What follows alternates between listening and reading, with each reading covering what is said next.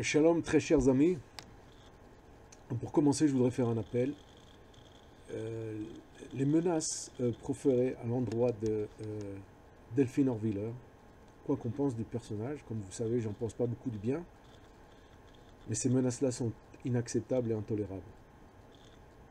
Nous ne sommes pas la police, nous ne sommes pas la justice, et c'est pas moral, tout simplement.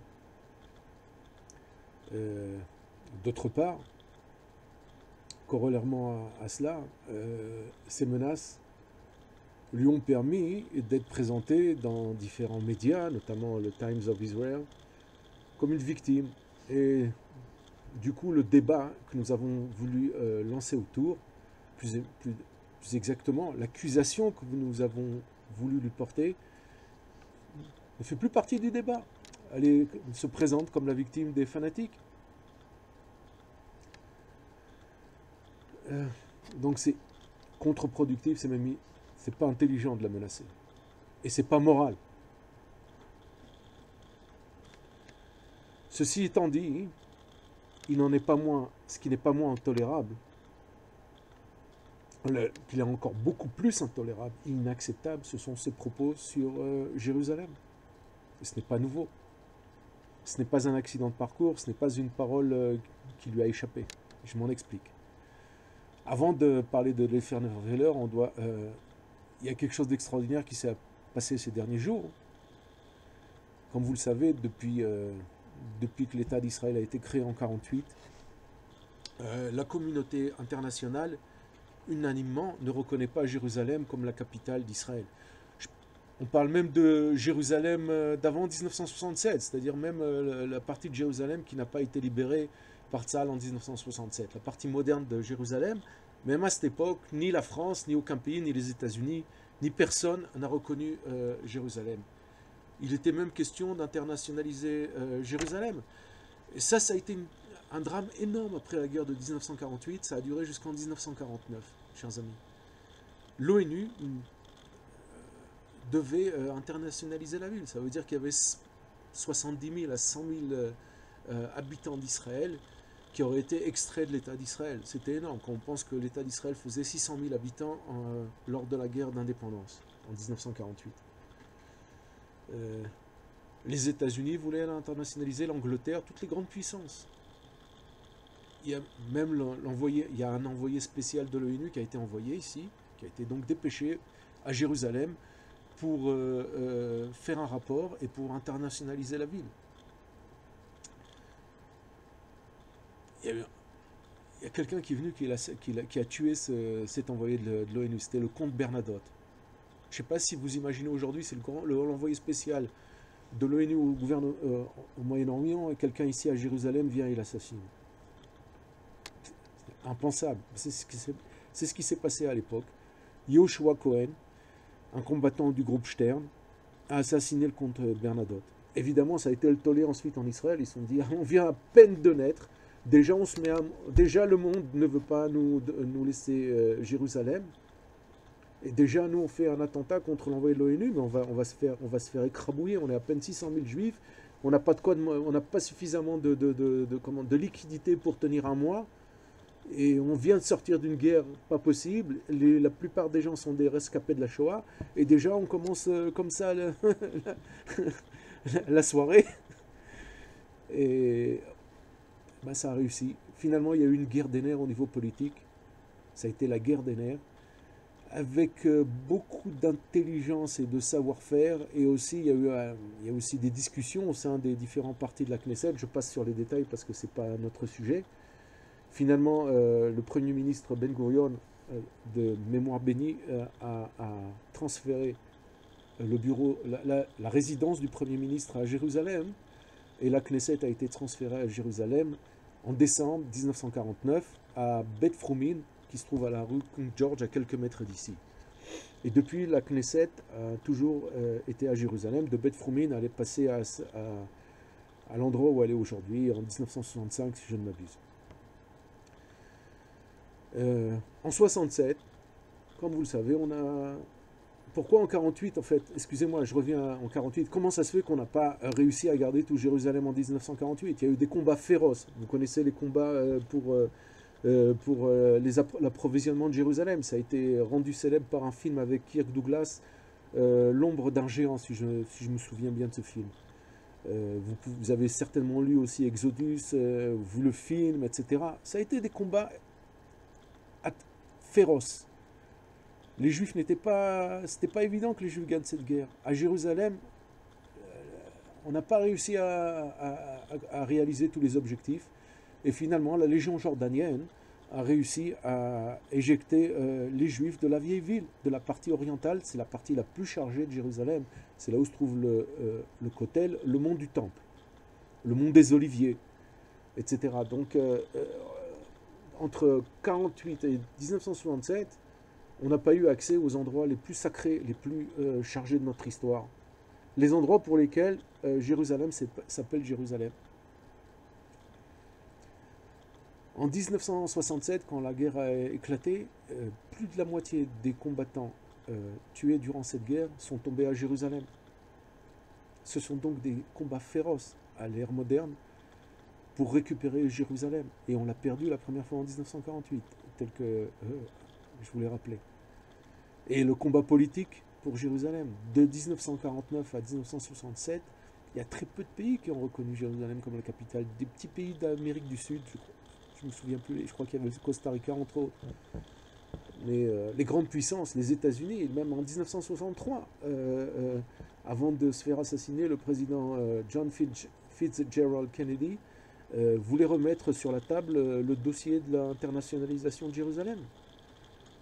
Pas par rapport à la pression des Arabes, mais c'est surtout parce que Jérusalem, les nations occidentales se considèrent un peu comme les gardiens du Saint-Sépulcre et des lieux saints. C'est un peu l'héritage des croisades. Elles se considèrent comme ça depuis. Je vous conseille à cet égard à voir un film très bien qui a été fait, un très bon film, mais qui comment dirais-je, qui met en relief cet état d'esprit occidental que Jérusalem, c'est à eux en fait. C'est à eux au nom de la chrétienté. Sur Jérusalem, ils ont des rêves, des espèces de fantasmes qu'ils projettent sur Jérusalem. Leur âme damnée va être libérée à Jérusalem. Je ne veux pas rentrer dans les détails parce que ça serait trop long. Le film en question, c'est The Kingdom of Heaven. Vous pouvez le voir, très intéressant.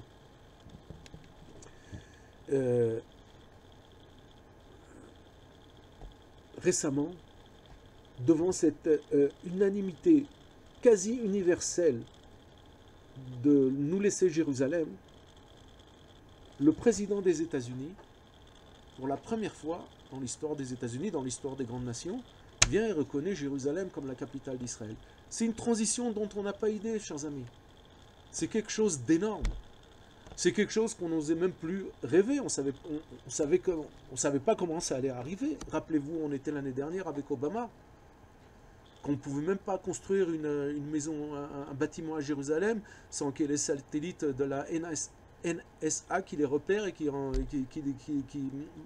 mettent l'addition à Netanyahou. Aujourd'hui, le président des États-Unis reconnaît Jérusalem comme la capitale d'Israël. Formidable. C'est formidable. Le minimum qu'on obtient quelque chose comme ça, quoi qu'on pense de la personnalité du président des États-Unis, quoi qu'on pense de sa politique, quoi qu'on pense de sa culture ou de sa non-culture, ça n'a aucune espèce d'importance. La politesse juive fondamentale, élémentaire, consiste à dire merci, consiste à être reconnaissant. Juif, en hébreu, c'est une déclinaison du mot Toda. Toda, ça veut dire merci. Yehudi, c'est quelqu'un qui reconnaît, qui est dans une attitude, une attitude de reconnaître ce qui est vrai, de reconnaître qu'il doit la vie à quelqu'un d'autre, qui reconnaît qu'on lui donne quelque chose. C'est de dire merci. C'est ce qu'on apprend à nos enfants quand on leur dit de dire merci. Juif, ça veut dire c'est quelqu'un qui sait dire merci. Qu'on se lève le matin, on dit Modé Ani, je remercie le Dieu de m'avoir donné la vie. C'est un parti pris de gratitude des Juifs, si j'ose dire. Devant cela, même moi, je ne me serais pas imaginé, de la part de personnages se présentant comme défenseurs d'Israël, d'autres, des gens qui sont des personnalités juives éminentes, se sont mis à pleurnicher, à geindre, dans des accès d'hystérie, se sont même mis à injurier le président des États-Unis. Pas tout. Par exemple, Frédéric Ancel, interviewé à l'antenne d'Europe 1, on lui pose la question sur la déclaration du président Trump. À la vitesse d'une mitraillette, il se met à parler. On peut même pas comprendre ce qu'il dit, tellement il parle vite, mais enfin, ce qu'on arrive à comprendre, c'est la chose suivante. C'est que personne n'a demandé à Trump de reconnaître Jérusalem, que personne en Israël s'en fout, qu'on sait déjà, Jérusalem, c'est déjà la capitale administrative, qu'on sait que la Knesset s'y trouve, le bureau du Premier ministre. Donc, qu'est-ce qu'on avait besoin de la déclaration du président Trump? C'est ce que dit Ancel. Ah bon? C'est tellement évident qu'Israël, c'est la capitale du peuple d'Israël, que jusqu'à présent, tous les pays s'y refusaient, y compris les États-Unis, y compris le président des États-Unis. Vous n'êtes pas sans savoir que quelqu'un qui est né à Jérusalem et qui est ressortissant américain ou français ou anglais, sur son lieu de naissance, on écrit Jérusalem et on n'écrit pas que c'est en Israël. Moi, j'ai organisé personnellement, il y a quelques années, une manifestation face au consulat de France, parce que c'était arrivé à un point intolérable. Des fois, on écrivait à des gens Jérusalem, territoire palestinien, jusqu'à ce qu'on a dit attention, il y a des choses qu'il ne faut pas faire. Ils ont eu peur au consulat. Le jour où on est venu faire notre manifestation, ils avaient évacué tous leurs employés à midi. C'est pas qu'on allait leur rentrer et faire le siège du consulat, mais on a protesté. Et si vous êtes citoyen français, à Jérusalem, jamais vous recevez des courriers de l'ambassade du consulat général de France en Israël, il n'y a pas marqué que c'est en Israël. Et jusqu'à il n'y a pas très longtemps, le site internet du consulat général de France était en 3 langues, en français, en anglais et en arabe. Il a fallu qu'on proteste pour qu'ils le mettent en hébreu. Vous êtes en Israël, vous n'êtes pas le consulat général de France en Palestine. Vous comprenez ? Alors quand Ancel il a dit ça, et après en fin d'interview, à toute vitesse, il dit de toute façon il y aura des négociations avec les Palestiniens, et finalement Jérusalem sera la capitale d'un État palestinien. Mais quelle bassesse! Quelle bassesse! Un ancien du Bétar. T'es devenu prof de fac pour en arriver là?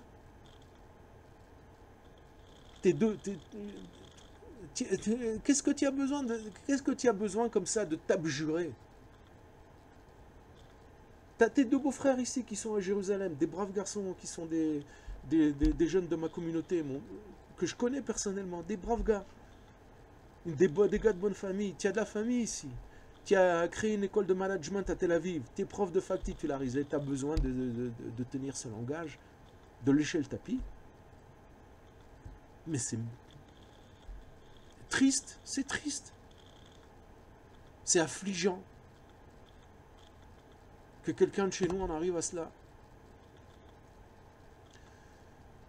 Alors si on se balade un peu dans les médias, on va voir ailleurs, on va voir. J'ai vu par hasard dans une émission Les Jambes en l'air, ou C'est en l'air, je me rappelle plus, un truc comme ça, un débat.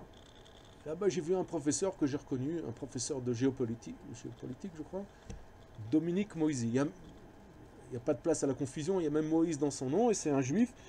Moi je sais que c'est un juif parce qu'il a souvent été interviewé ici. Il a même été, je crois qu'il a enseigné en tant qu'enseignant, comment dirais-je, invité à l'université hébraïque de Jérusalem, également à l'ENA et à Harvard.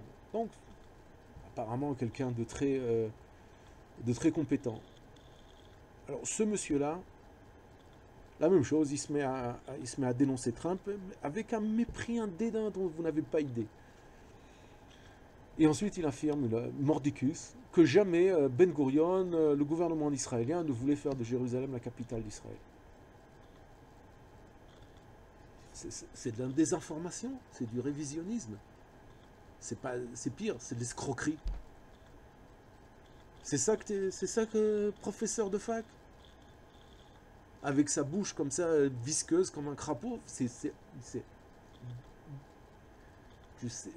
excusez-moi, je peux pas dire ce que je pense, sinon je vais dire des gros mots. Moïse, vous remarquez, il est souvent interviewé par I24. Vous remarquerez que toutes les personnes dont je parle aujourd'hui, ils ont été invités par I24, 2 cas sur 3 pour être invité à Il24 et comment il mêlait son grain de sel, il faut être un gredin. Il faut être un gredin. Bon, je le dis au passage parce que I24 a corrompu les médias francophones en Israël. Ensuite, un autre grand défenseur d'Israël, de son État, un monsieur, un grand esprit, académicien, Finkielkraut, interviewé le 10 décembre par une jeune femme très sympathique au demeurant, avec du caractère, Elisabeth Lévy, bonne juive comme ça apparemment, je l'ai souvent vue, elle a l'air courageuse, elle a l'air d'avoir de l'aplomb, fille très très bien, avec des beaux yeux bleus comme ça. Et à l'interview au début, je m'étais dit, moi ils vont tout de suite parler de Jérusalem, on va avoir droit à quelque chose, et puis finalement elle le chauffe sur Johnny Hallyday. Et lui, il se met à dire Johnny Hallyday, c'est pas vraiment de la bonne musique. J'ai rien compris de ce qu'il voulait dire en toute franchise. Mais je m'étais dit quand même, Johnny Hallyday vient de mourir. Ça aurait été quand même bien de rappeler que Johnny Hallyday a manifesté pour Israël en 1967, dans la grande manifestation pour Israël. Moi, je n'y étais pas, j'étais trop jeune à l'époque, j'avais à peine 7 ans, mais mon père y était. Et puis, on avait la présence de Johnny Hallyday y avait été remarquée. D'autre part, en 2012, Johnny Hallyday a donné un concert en Israël où il s'exprimait avec beaucoup de chaleur, avec beaucoup d'amitié vis-à-vis du peuple juif et d'Israël. À une époque où, si vous vous en souvenez, BDS et les menaces envers les artistes de ne pas se produire en Israël étaient assez fortes. Et il a eu le courage et il a dit aux gens, je vous soutiens. Vous êtes un peuple super. Il a vraiment été chic. J'aurais cru que dans un moment comme ça, il aurait été positif, que Elisabeth Lévy lui suggère de lui rendre hommage par rapport à cela. Ça n'a pas été fait. Bon, pas grave. Après, finalement, comme si c'était un sujet secondaire, dans une radio juive en plus, RCJ, je veux dire, on parle de... il y a une révolution 3 jours avant, le 7 décembre.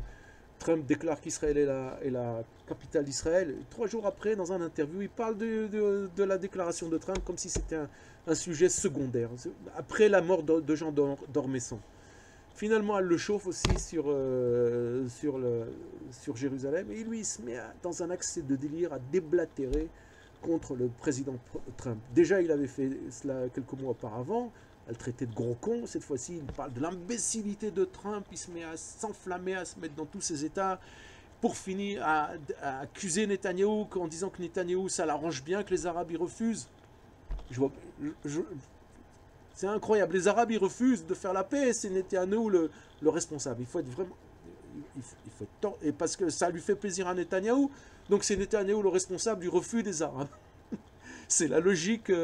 de Finkielkraut. Je ne sais pas s'il faut, je sais pas, moi je suis pas allé, j'ai pas fait des études à normale supérieure en France, j'ai pas fait d'études en France, donc je comprends pas cette logique-là. Et finalement, Finkielkraut, pour finir, se met à dire, mais c'est terrible, les Palestiniens n'ont pas d'espoir, ils sont sans horizon, ils sont privés d'horizon, un truc comme ça, quoi. Vous voyez l'histoire, et finalement, comment on va faire pour que Jérusalem soit leur capitale? Quelques jours après, sur LCI, il raconte les mêmes diatribes. Et comme ça, avec le visage grave, avec son air comme ça tout le temps, hein, dramatique. Le mélodrame. Attends, Jérusalem. Tu parles du désespoir des Palestiniens? Et qu'est-ce que tu fais de l'espoir des Juifs pendant 2000 ans, dans les plus grandes souffrances? Que ce qui les a tenus, c'est l'espoir que toi, tu puisses venir à Jérusalem, que nous, on puisse venir à Jérusalem. C'est misérable. Et pour ça, tu mets ta tenue de toréador avec des comment dirais-je, des filets dorés, là, comme ça, pour aller à l'Académie française. C'est misérable. Et ça, on appelle ça un défenseur d'Israël. Quelqu'un qui, quelques semaines auparavant, à l'antenne de je ne sais plus quelle émission, dit « J'ai 2 soucis, la France et Israël, je défendrai toujours Israël. » Tu défends Israël, et au moment le plus tragique, tu te débines. C'est des chèques sans provision. Ces affirmations de défendre Israël, ce sont des chèques sans provision. Et après, les gens, ils vont aller l'écouter. Il va nous faire encore, il va nous entourlouper avec sa langue de bel orateur. C'est vrai que c'est un gars brillant. Mais il ne faut pas se laisser entourlouper. C'est tout sauf un défenseur d'Israël. Attendez, il a signé J. Cole. J. Cole, je vous rappelle, il s'agit de quoi? Il s'agit de faire pression sur le gouvernement d'Israël pour que le gouvernement d'Israël cède aux Arabes. C'est une pression internationale. C'est ça, défendre Israël. On n'a pas eu déjà Oslo, on n'a pas eu déjà notre cortège de deuil et de mort et de sang versé. Il faut qu'on ait en plus, il faut qu'on nous refasse rebolote. C'est Finkielkraut en 67, quand il était en train de passer son bac, il s'est battu pour Jérusalem. Ce sont ces enfants aujourd'hui qui se battent, qui font leur service militaire dans les gardes frontières ou en Judée-Samarie pour que la violence ne revienne pas. C'est lui qui nous vend, en notre nom, il est prêt à ce que Jérusalem devienne la capitale d'un État arabe d'invasion dit palestinien. C'est un scandale. C'est un scandale, chers amis. Mais on n'en est pas là. Pire, un rabbin censé représenter comment dirais-je, l'héritage de la culture juive, de notre tradition, de notre morale. Un rabbin, femme, Delphine Orviller. Elle se fait interviewer sur des choses et d'autres, et puis en fin d'interview, on lui demande est-ce que Jérusalem pourrait devenir la capitale d'un État palestinien. Elle répond positivement. Alors là, c'est étonnant, parce qu'il s'agit d'une dame qui a déjà un passif pas très glorieux. Elle a été... c'est celle qui est menacée, mais il ne faut pas la menacer. C'est très grave ce qu'elle a fait. C'est intolérable, c'est inacceptable, mais ce n'est pas une raison pour la menacer. Nous ne sommes pas la police, nous ne sommes pas la justice. Toutefois, tous les noms d'oiseaux, je ne reviens pas là-dessus. Ce qu'elle a fait, c'est horrible. C'est une horreur. Quelqu'un qui se présente comme rabbin, escalité, qui dit qu'on peut rendre Jérusalem, qu'on dit qu'on peut faire de Jérusalem, là où se trouve le Kotel, là où se trouve le mont du Temple, on va en faire une capitale arabe. Après Hanouka, c'est quoi Hanouka? Ce sont les Juifs. Et vous croyez qu'ils sont venus voir les Grecs et leur ont dit, vous savez quoi, vous voulez Jérusalem? Nous aussi, alors on va se la partager. Vous croyez que c'est ça qu'ils ont fait les Asmonéens? Ils étaient dans une infériorité sous tous les paramètres militaires. Pourtant, ils sont venus, ils ont combattu, et au fil de l'épée, dans des combats inouïs qui ont duré 30 ans, il y a eu plus de morts dans les guerres des Maccabim que dans toutes les guerres d'Israël depuis 48 jusqu'à aujourd'hui. Plus de morts. Ça a été des guerres terribles. Des génies militaires ont été les Maccabim, avec presque rien, pour combattre un empire, l'empire des Séleucides, qui allait de la Syrie jusqu'à la Turquie, jusqu'aux confins d'Asie mineure. Un empire énorme, avec une puissance militaire inouïe. Finalement, nos ancêtres les ont taillés en pièces. Pourquoi? Pour reprendre Jérusalem, pour y allumer le candélabre. C'est ce qu'on fait à Hanouka. Qu'est-ce que vous prononcez quand vous allumez les bougies de Hanouka? Vous prononcez que nos ancêtres, ils ont fait la guerre. Vous ne dites pas qu'ils ont partagé Jérusalem, qu'ils en ont fait une capitale arabe, une capitale palestinienne, Dieu préserve, ou une capitale de je ne sais quoi. Ils ont combattu, ils ont libéré tout Jérusalem et tout le pays d'Israël. Dans des combats inouïs, dans des combats, tous les fils de Mattatyahu, Maccabi sont morts, tous ses fils dans cette guerre-là. Tous ses fils, Yehuda, Jonathan, même Shimon, qui a été le premier roi des Asmonaïens, finalement il a été assassiné. Ils sont tous morts.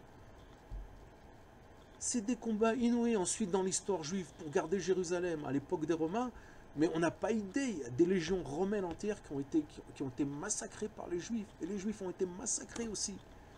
Tout ça pour garder Jérusalem. Les femmes, les enfants, ils se sont jetés de rage sur les Romains pour pas céder, que ce soit à Jérusalem, que ce soit à Yodfat, à Yodefet, à Gamla, à Bétar, à Matzada, bien évidemment. Tout ça pour Jérusalem. Et après que Jérusalem est tombée, vous croyez que les Juifs ils ont plié bagages, ils sont partis? Non.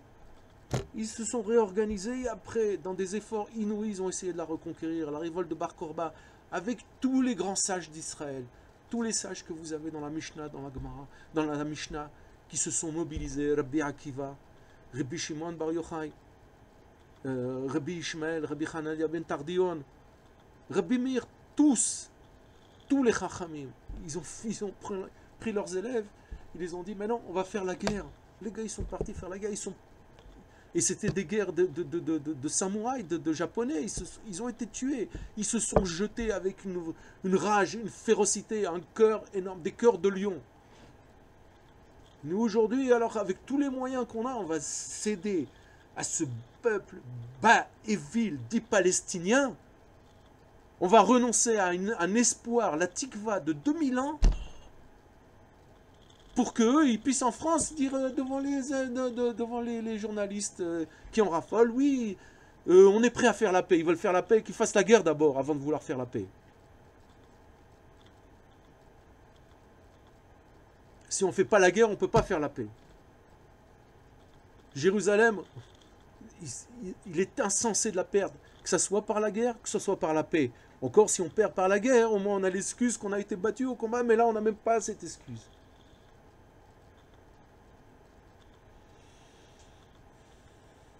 C'est grave ces opérations. Alors vous allez me dire, il y a des gens qui m'ont... Je me suis un peu chauffé, mais enfin je vais essayer de me calmer. Parce que bon, c'est vrai que Jérusalem soulève nos passions, soulève toutes nos forces, toutes nos énergies affectives. C'est ce que soulève Jérusalem. Même quand on était à l'étranger, je me souviens, moi quand j'étais gosse, une fois, en 4e ou 5e, il y a un petit qui a voulu qui m'a provoqué, un élève arabe, il m'a dit Israël, Jérusalem, c'est pas à vous. Après que j'ai discuté, moi, j'ai pas discuté, je lui ai mis un coup de poing, je l'ai frappé avec toutes mes forces. Ensuite, j'ai été convoqué chez le proviseur, mon papa est venu me chercher, et mon papa, il était très strict parce que lui-même était enseignant, et c'était grave. Si je me mets à avoir un comportement de voyou, c'était très grave pour lui. Il n'aurait jamais toléré quelque chose de ce genre de ma part. Pourtant, quand on est sorti du bureau du proviseur, il m'a dit, tu as eu raison, Yaoulidé, tu as eu raison, mon fils, je t'approuve. Et mon père aussi, si on disait quelque chose de mal sur Jérusalem, n'importe quoi, mon père, ma mère, mes oncles, mes tantes, mes grands-parents, mes enfants, ils se mobilisent. Tout juif est mobilisé pour Jérusalem, tout juif, où qu'il soit. Hommes, femmes, enfants, personnes âgées, petits, vieux, malades, en bonne forme, tout le monde. Tout le monde. Vous croyez que c'est des paroles? Je vais vous expliquer que non, ce n'est pas des paroles. Et tous, on est prêts à faire la guerre pour Jérusalem. Un juif normal est prêt à faire la guerre pour Jérusalem. C'est ça qu'il faut leur dire. Vous avez une capitale arabe. Dit non seulement ce sera la capitale arabe, mais si vous songez nous prendre Jérusalem, on se battra contre vous. C'est ça qu'il faut répondre. Comme ça, ils savent que les juifs, ils sont sérieux. Sinon, les juifs, c'est des chic-mois. Après, ils vont les mépriser. Ils vont être méprisés. Attends, Finkielkraut prétend apprendre aux immigrés du Maghreb ou d'Afrique comment être français, comment on s'assimile, comment on s'intègre dans la culture française. C'est son droit. Pourquoi pas? C'est un enseignant qui dit des choses très intéressantes. Mais vous croyez que les Arabes, c'est des idiots? Ils voient un juif, un gars, il dit, je suis juif, mes parents étaient déportés, et il est prêt à céder sur Jérusalem, sur ce que eux savent que c'est le cœur, la chose la plus importante du peuple juif. Parce que les Arabes, ils savent très bien ce que c'est Jérusalem pour nous. Après, comment vous voulez qu'ils ne le méprisent pas? Après, dans une émission à la télé, il y a une petite arabe, mignonne comme ça, le sourire aux lèvres, elle lui dit, monsieur Finkielkraut, fermez-la, quoi, taisez-vous. Sket Alena, elle lui a dit. Il dit, va chez ta mère. C'est ça en d'autres termes que ça veut dire chez eux. Vous voulez mon avis? On s'est scandalisé, comment Finkielkraut, avec son statut, une petite merdeuse de banlieue, elle vient lui dire de se fermer sa gueule. Je crois qu'elle a eu raison de le lui dire, en l'occurrence. Quand quelqu'un est prêt à parler comme ça sur Jérusalem, c'est le mépris. C'est le mépris qu'il amène sur lui. Il le mérite, ce mépris. Alors quand c'est un rabbin, vous pouvez vous imaginer, c'est pire encore. Il n'a même pas l'excuse d'être assimilé, de ne pas comprendre. Quand c'est un rabbin, c'est comme si un rabbin il vous dit il faut manger du cochon le jour de Kippour qui tombe un jour de Shabbat. C'est pire encore. C'est pire. Jérusalem, c'est le centre du centre. Il n'y a pas de judaïsme sans Jérusalem. Il n'y a pas de sionisme sans Jérusalem. On ne peut pas être sioniste en faisant l'économie de Sion. Sion, c'est Jérusalem. C'est le mont du Temple, c'est le Kotel, c'est cette partie de Jérusalem. C'est ça, Sion. Herzl, qu'on soit religieux, qu'on soit, comment dirais-je, laïque, qu'on soit de gauche, de droite. Qui c'est qui a réunifié Jérusalem? C'est le gouvernement de gauche de Lévi Eshkol. Qui c'est qui a construit à Jérusalem? C'est un maire qui était de gauche, Teddy Kollek. C'est lui qui a fait les quartiers périphériques de Jérusalem, qui entourent les quartiers arabes, afin que Jérusalem ne soit pas inclus dans des pourparlers avec l'ennemi. Donc c'est ça, il y a un consensus autour de Jérusalem. De sorte que, alors vous allez me dire, mais comment, Mir, pourquoi tu ne discutes pas avec... voilà, tu as une opinion, tu ne partages pas l'opinion de ces messieurs-là, de Finkielkraut, de Ansel, pourquoi tu ne discutes pas avec eux? Tu as des arguments, Mir? Bah non, on ne discute pas avec. On ne peut pas discuter avec ça, parce que ce n'est pas des opinions, c'est des trahisons. C'est une trahison, à la lumière de l'histoire juive que je vous ai racontée, encore c'est rien. C'est une trahison. Est-ce qu'un peuple peut exprimer le désir de céder sur la partie la plus centrale, qui a été constitutive de l'axe de sa foi et de son identité? C'est pas seulement de la foi, c'est même de l'identité, ça va au-delà de la foi, ça transcende la foi. C'est pas seulement de la religion, c'est pas seulement une capitale spirituelle, c'est beaucoup plus que ça. Il n'y a même pas de mot en français pour dire ce que représente Jérusalem. On dit c'est la capitale matérielle, spirituelle. C'est des mots, ça ne veut rien dire. C'est beaucoup plus que ça.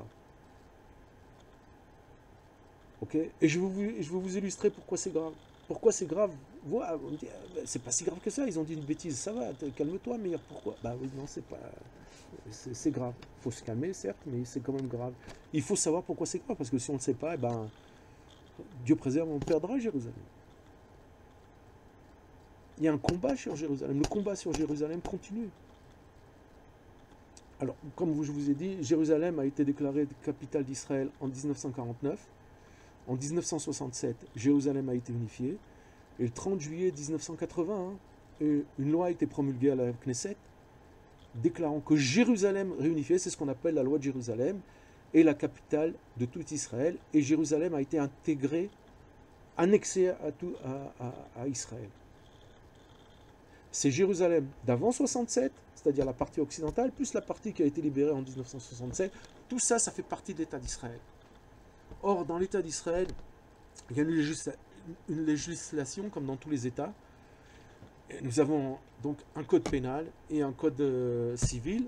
Dans le code pénal, il y a un chapitre qui s'intitule « Guida », ça veut dire « trahison ».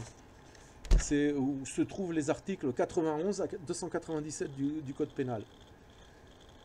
Si vous allez à l'article 97 de ce code pénal, je vous lis en hébreu et après je vous traduis. Mishe asa bechavana livgoa beribonuta shel hamdina, maase sheyesh bo kedei livgoa beribonuta, dino mita o maasar olam. Ça veut dire toute personne agissant dans l'intention de porter atteinte à la souveraineté de l'État ou commettrait un acte pouvant porter atteinte à la souveraineté, sa sanction sera peine de mort, la peine de mort ou la prison à perpétuité. Petit b. Toute personne agissant dans le dessein qu'un territoire quelconque puisse être exclu de la souveraineté de l'État et qui passerait à la souveraineté d'un État étranger ou commettrait un acte pouvant conduire à cela, sa sanction sera la peine de mort ou la prison à perpétuité. Ça, c'est l'article 97. C'est-à-dire que si quelqu'un agit de telle manière à ce que la partie de Jérusalem, une partie de Jérusalem devienne la capitale d'un État arabe, d'invasion, dit palestinien, ou même d'un État quelconque, même si, disons, on cède à la Jordanie, ou si l'Arabie Saoudite, ou si les États-Unis, ou si l'ONU vient et déclare que la partie orientale de Jérusalem est sous souveraineté onusienne, une personne qui agit dans ce sens en Israël, un citoyen israélien, il est passible, selon l'article 97, de peine de mort ou de prison à perpétuité. Évidemment, il y a beaucoup de gens qui ont fait des choses comme ça n'a jamais été appliqué. Ça, c'est pour vous dire qu'il y a une crise au niveau du pouvoir juridique qui fait que souvent que la loi reste lettre morte. Toujours est-il que la sanction est là. Et ces articles n'ont pas été, comment dirais-je, n'ont pas été annulés. Alors quand vous allez me dire, oui, mais Meir, quelqu'un qui parle, c'est pas encore un crime. Vous avez raison, hein, quelqu'un qui dit, si quelqu'un dit j'ai envie de violer celle-là, tant qu'il n'a pas violé, il va pas être, comment dirais-je, sanctionné. On va lui dire fais attention à toi. Mais toujours est-il que ce qu'il a exprimé, c'est une intention criminelle. Son propos est criminel, en cela qu'il exprime une intention criminelle. Donc, quand on dit que Jérusalem pourrait être la capitale d'un État palestinien, c'est une intention criminelle, selon le droit israélien, pas selon ce que moi j'ai décidé. C'est pas moi qui ai écrit la loi. Cette loi a été votée en 1977. Ok?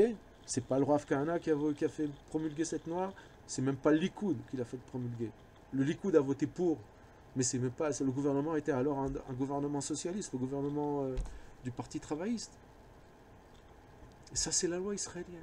Donc vous comprenez bien hein, on tient de tels propos pour faire plaisir aux intervieweurs, pour leur faire croire qu'on est des juifs, comment dirais-je, fréquentables. C'est bas, c'est misérable, c'est des propos de nature criminelle. Alors évidemment, je ne vous dis pas qu'il faut aller les frapper ou les menacer, c'est ridicule. Mais il faut prendre conscience de la gravité de tels propos qui ont été préférés par les personnes que j'ai citées. Vous voyez ce que je veux dire? Et c'est pas la première fois. Je veux dire, quand on signe J-Call, qu'on signe l'accord de, comment dirais-je, l'initiative de Genève, qu'on... En bon hébreu, on est un sale type. On est un sale type. Quand Delphine Orviller, disons que cette fois-ci, elle s'est fait piéger par l'intervieweur. Admettons, c'est invraisemblable parce qu'elle sait très bien ce qu'elle dit, mais admettons. Alors venez, je vais vous renvoyer à Delphine Orviller. Et je dis ça pas pour que vous la menaciez, encore une fois. Hein. Faites attention, faites pas des bêtises. C'est ridicule de menacer. C'est ridicule. On dénonce, on ne menace pas, on l'accuse. On ne discute pas avec eux non plus. Comme je vous l'ai expliqué, on ne peut pas débattre. Il y a des choses avec lesquelles on ne peut pas débattre. Sur Jérusalem, on ne débat pas. Jérusalem, c'est un nous. Nekuda. Si on doit se battre, on se battra.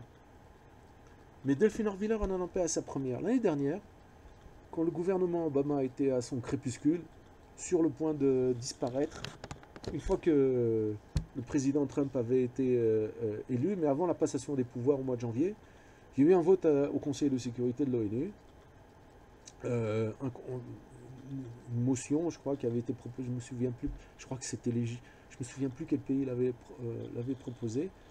Il s'agissait de condamner Israël pour les constructions à Jérusalem et en Judée-Samarie. A contrario de toutes les fois où Israël devait être condamné au Conseil de sécurité, les États-Unis n'ont pas imposé leur veto. C'était Obama qui voulait nous faire donc nous acculer, une espèce de sale coup avant de dégager, avant de disparaître dans les oubliettes de l'histoire. C'était censé, comment dirais-je, enclencher tout un processus dans lequel Israël aurait été encore de plus en plus isolé. Ça nous permet maintenant qu'on voit quelle a été l'action du président Trump, de voir le chemin qui a été fait depuis. Baruch Hashem, c'est pas seulement Trump, c'est les Philippines, c'est la Tchéquie, c'est le Guatemala, ce sont tous ces pays aujourd'hui qui veulent transférer leur ambassade à Jérusalem. C'est pas tous les pays du monde, mais c'est déjà, aujourd'hui la transition est magnifique. Jamais on aurait pu rêver à cela. Mais enfin, quand le Conseil de sécurité a condamné Israël,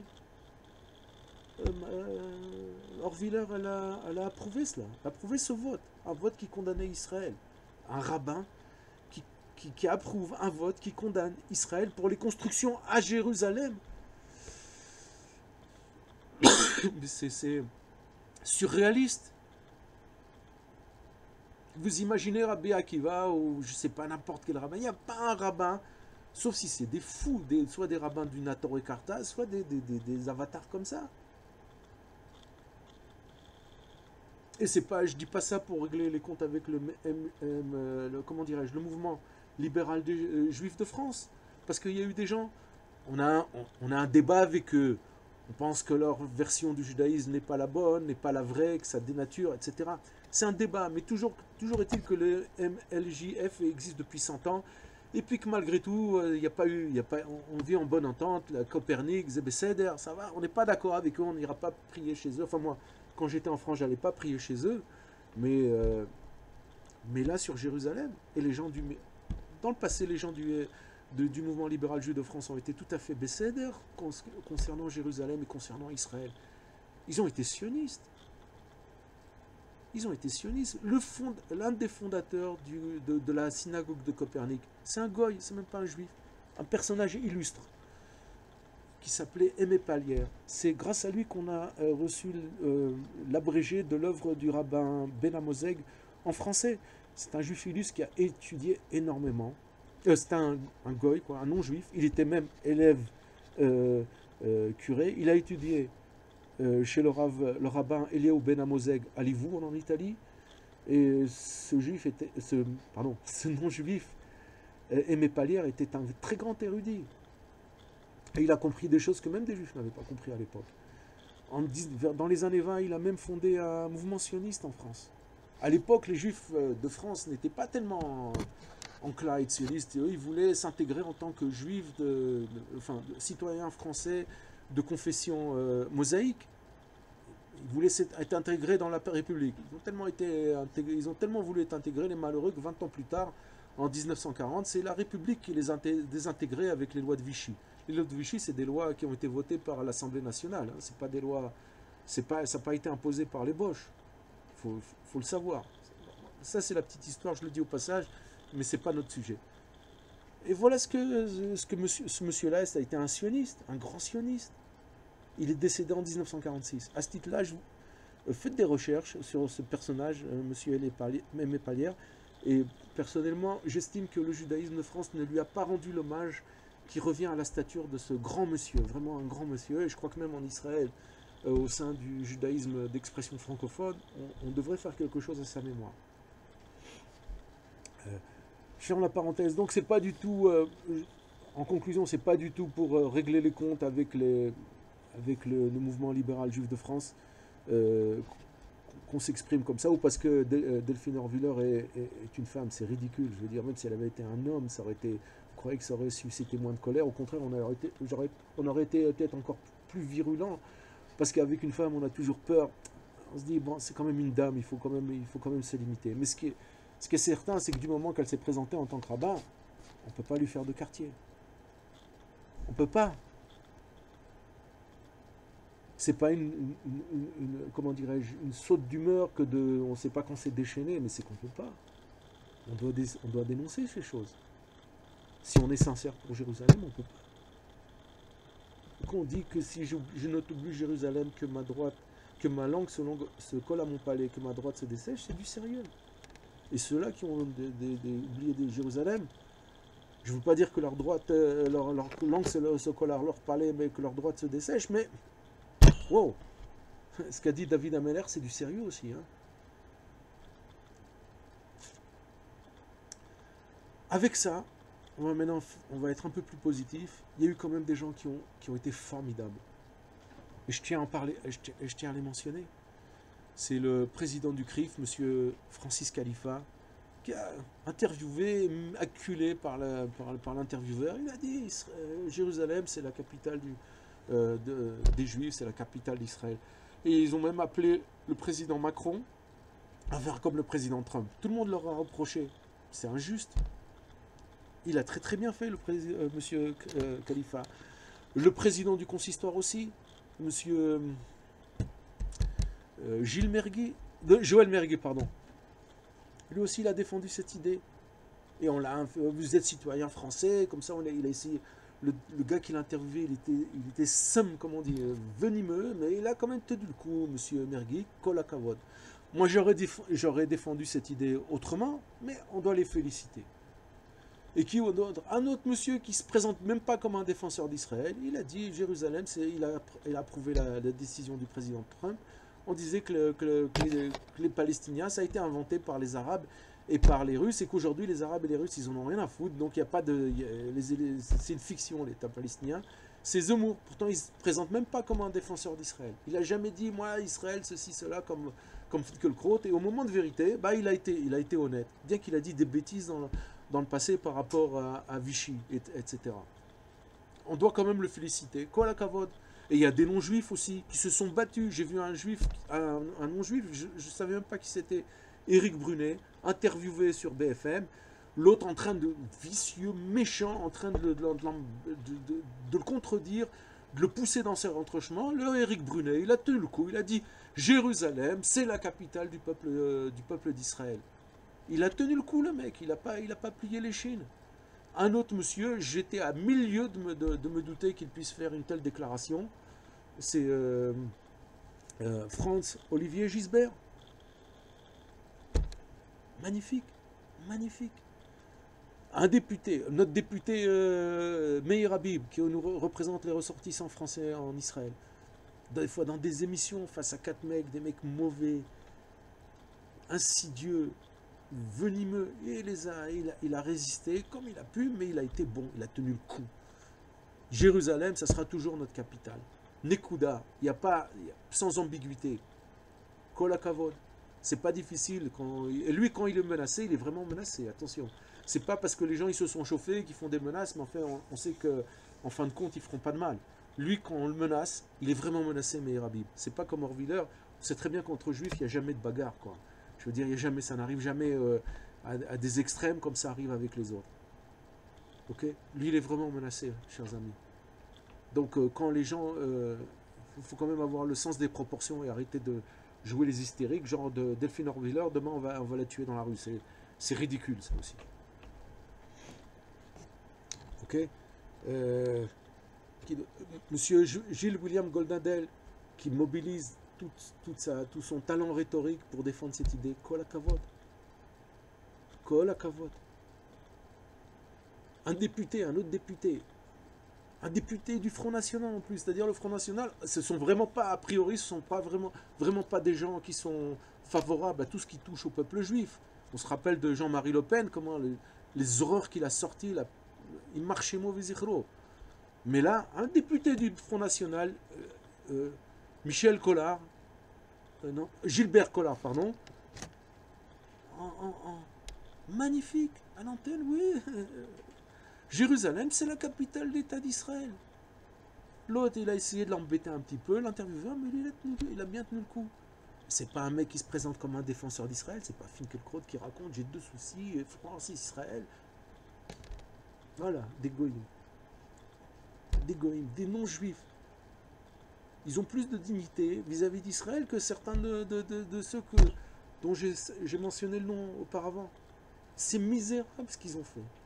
Ce sont des misérables, des fripons, je ne sais pas comment on peut je peux dire d'autres mots, mais ça, je risque de dire des insanités. Je voudrais quand même épargner vos oreilles de ces mots-là. Mais ils le méritent. Tous les noms d'oiseaux dont ils ont été affublés ces derniers temps, eh ben, ils les méritent comme il faut. Mais Bezrat Hashem, Jérusalem ne fait que s'agrandir. Vous n'avez pas idée la belle ville que c'est là en ce moment. Dès que je descends en bas, tous les jours, je viens au travail, je repars à la maison et je vois quand je passe à derrière Hebron, pas loin de chez moi, c'est magnifique. C'est une ville magnifique. Les gens sont magnifiques. Cette jeunesse, les gens moins jeunes, d'avoir affaire à eux tous les jours, c'est magnifique. Et c'est pas une façon de parler, je le pense vraiment. Je vous embrasse bien fort, que des bonnes choses. Et Bezrat Hashem, le Beth Amikdash et l'humanité entière seront éclairés avec le candélabre sur le Beth Amikdash. Que des bonnes choses à vous tous, à vos familles et surtout à Jérusalem, à Sion.